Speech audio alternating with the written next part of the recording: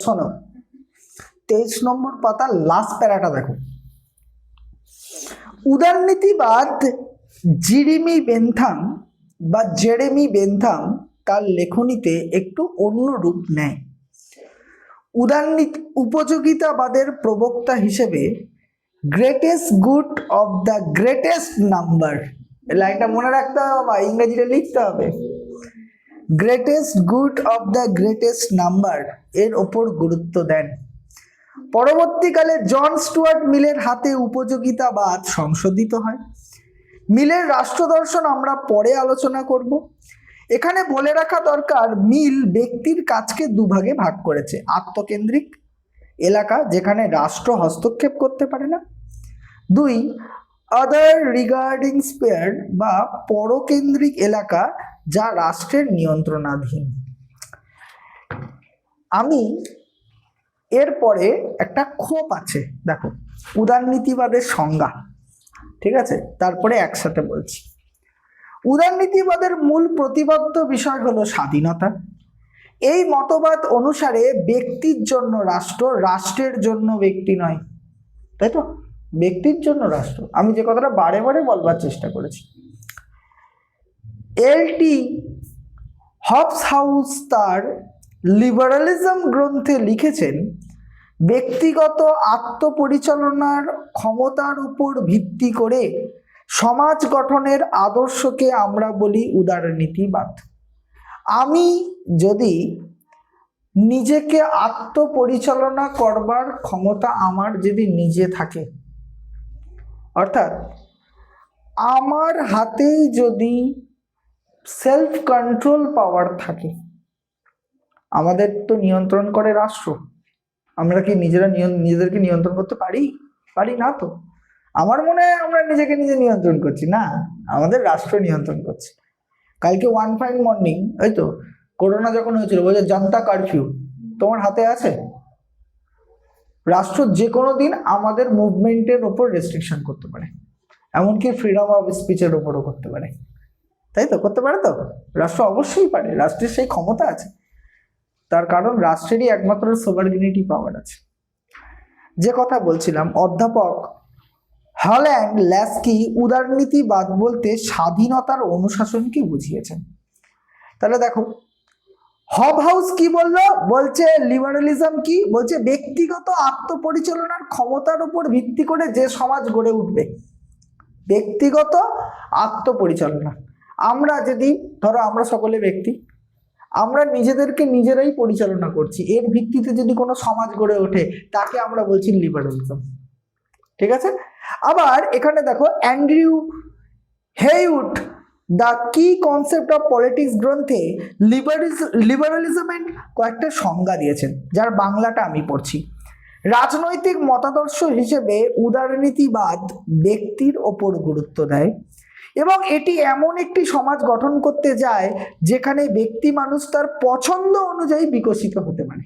আমার যা পছন্দ, আমার যেভাবে পছন্দ, আমি সেইভাবে বিকশিত হব, এটাই হচ্ছে উদারবাদ।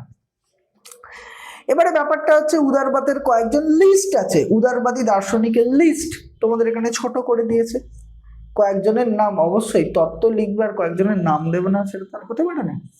তাহলে উদারবাদের মূল প্রবক্তাদের মধ্যে অবশ্যই John Locke, Adam Smith, Spencer, Jeremy Bentham, ঠিক আছে?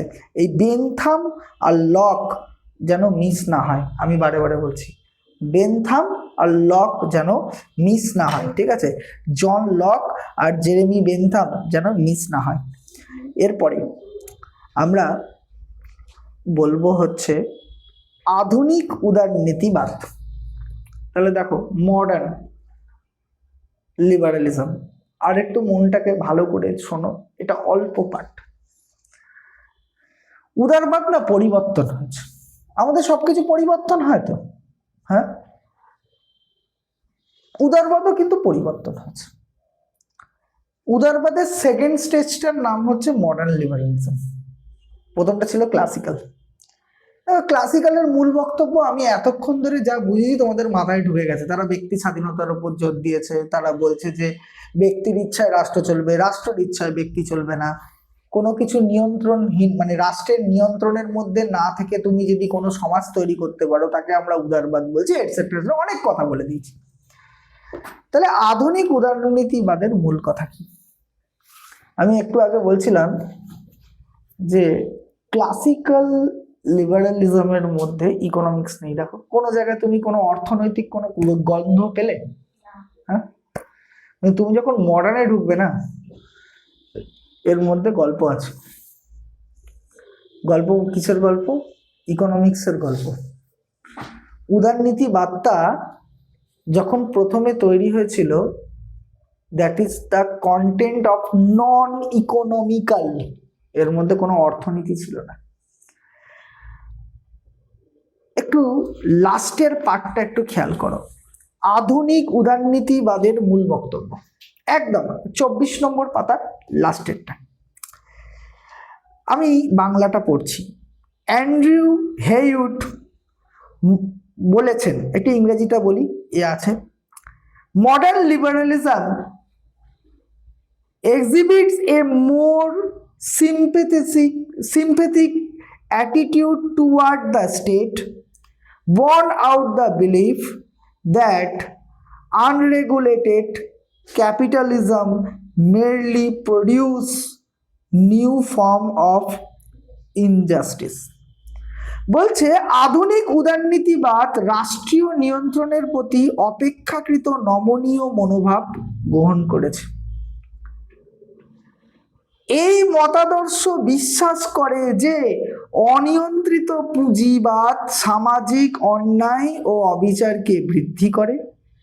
এরা নিয়ন্ত্রিত রাষ্ট্রীয় হস্তক্ষেপের পক্ষপাতী। কিচ্ছু করার নেই, লাইনটাকে মাথায় ঢোকাতে হবে, খুব বড় কথা আছে এটা, ঠিক আছে? আরো ঠান্ডা মাথায় বোঝো এই জায়গাটা, আরো ঠান্ডা মাথায়। আবার শোনো, ধীরে ধীরে শোনো। আধুনিক উদারনীতিবাদ রাষ্ট্রীয় নিয়ন্ত্রণের প্রতি অপেক্ষাকৃত নমনীয় মনোভাব গ্রহণ করেছে। এখানটা দাঁড়াবো আমরা, খুব পরিষ্কার কথায় তারা বলছে, যারা মডার্ন লিবারালিজম তারা বলছে একটু রাষ্ট্রের থেকে তারা একটু সরে এসছে।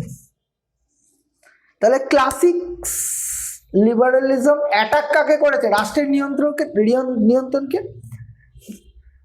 যেখানে রাষ্ট্রের নিয়ন্ত্রণকে তারা বিশালভাবে অ্যাটাক করেছে। বলছে মানুষ কেন লিবারাল নয়, বলছে রাষ্ট্র কন্ট্রোল করছে তাই। ঠিক আছে, এটা ছিল ক্লাসিক্সে, বুঝছিস? মডার্নের পরিবর্তনটা কি হলো? আমি আবার বলছি লাইনটা। আধুনিক উদারনীতিবাদ রাষ্ট্রীয় নিয়ন্ত্রণের প্রতি অপেক্ষাকৃত নমনীয় মনোভাব গ্রহণ করে। তাহলে ফার্স্ট অ্যাটাক ছিল ক্লাসিক্সে কি? স্টেটকে। স্টেটকে এবারে রিল্যাক্সেশন দিল। বলছে তারপরের কথাটা, এই মতাদর্শ বিশ্বাস করে, এই থট বিলিভ করে যে অনিয়ন্ত্রিত পুঁজিবাদ আনরেগুলেটেড ক্যাপিটালিজম সামাজিক অন্যায় ও অবিচারকে বৃদ্ধি করছে। থামবো, বলার আছে। করোনার সময় অর্থনীতিবিদরা ক্যাপিটালিস্টদের প্রশ্ন করেছিল, মানে পৃথিবীতে জানিস তো দুটো ঝামেলা, সোশ্যালিস্ট আর ক্যাপিটালিস্ট। আমরা ভাবি সিপিএম কংগ্রেস তৃণমূলের ঝামেলা, আসলে তা না। World politics is operated by the two lobbies, one socialism, দুই লিবারালিজম বা ক্যাপিটালিজম। একটা প্রশ্ন করা হয়েছিল যে এই যে করোনা যে হলো তাতে অর্থনীতি যে ডাউনফল হলো, তাহলে পুঁজিবাদ তো তাহলে ব্যর্থ, পুঁজিবাদ তো তাহলে অর্থনীতি সামলাতে ব্যর্থ, তাহলে পুঁজিবাদটা মোটেই ভালো না, তাহলে সোশ্যালিজম ভালো। তো তখন পুঁজিবাদের লোকেরা উত্তর দিয়েছিল যে হ্যাঁ এটা ঠিক যে পুঁজিবাদ ঠিক করতে পারিনি সমস্যাটাকে, এর জন্য আরো বেটার পুঁজিবাদের দরকার আছে। ঠিক আছে, ঠিক এই উত্তরটা, এটা হচ্ছে পুঁজিবাদের হেভি ধান্দা মারছে। ওরা যখনই বলে, মানে মানে ধর আমি একজন শিক্ষক, তোরা আমার কাছে পড়তে এসছিস, ঠিক আছে, গার্জেন মানে ও ধরো 90-তে 80 পেয়েছে, ঠিক আছে, গার্জেন এসে বললো 80 পেলো স্যার 100-তে, হ্যাঁ আরেকটু বেটার হলে ভালো হতো, মানে তখন এবারে আমিও তার সাথে তাল মেলাবো, হ্যাঁ আরেকটু বেটার হলে ভালো হতো। ওই জন্যে মানুষ যখনই গাড্ডায় পড়ে তখন তার কাছে একটা প্রবাদ থাকে, ঠিক আছে, বেটার।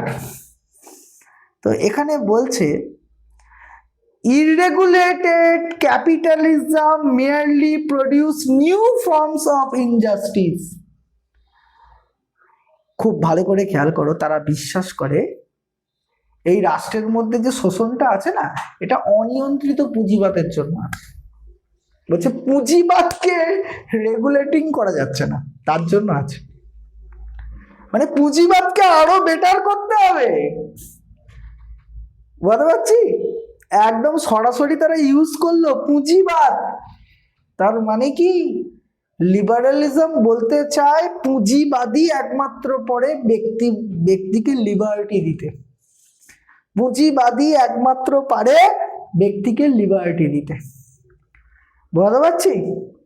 এরপরে আধুনিক উদারনীতিবাদের মূল পার্থক্য ক্লাসিক্যাল উদারনীতিবাদের প্রথমটি ব্যক্তি রাষ্ট্রের নিয়ন্ত্রণের কঠোরতার বিরোধিতা করেছিল, পক্ষান্তরে পরবর্তী আর্থসামাজিক এবং রাজনৈতিক প্রেক্ষাপটে আধুনিক উদারনীতিবাদের নীতিগতভাবে পুঁজিবাদকে সমর্থন করলেও কল্যাণের তাগিদে রাষ্ট্রকে হস্তক্ষেপে তারা মেনে নেয়। গুরুত্ব দিয়ে পড়তে হবে লাইনটা, অনেক কথা বলে দেওয়া গেছে। ক্লাসিক্যাল পুঁজিবাদ তারা রাষ্ট্রকে সমর্থন করেনি, মডার্ন পুঁজিবাদ তারা রাষ্ট্রকে মেনে নিয়েছিল। এবারে তোমাদের মনে প্রশ্ন আসতে পারে যে এরা কেন মেনে নিল রাষ্ট্রকে? এই বুঝতে পারছিস তো, কথা বুঝতে পারছিস তো, না চুপ করে রয়েছিস? থট পড়াচ্ছি আমি, যা বোঝাবো সব যে তোরা বুঝে যাবি এরকম কোনো বিষয় নেই। তাহলে না কানেক্ট করলে আমি বুঝতে পারবো না তোরা কি বুঝতে পারছিস। তাহলে প্রথম কথা হচ্ছে এটা যে রাষ্ট্রকে মডার্নটা বললো যে আমি তোমায় অ্যাকসেপ্ট করছি। এবারে উত্তর হচ্ছে কেন অ্যাকসেপ্ট করছি?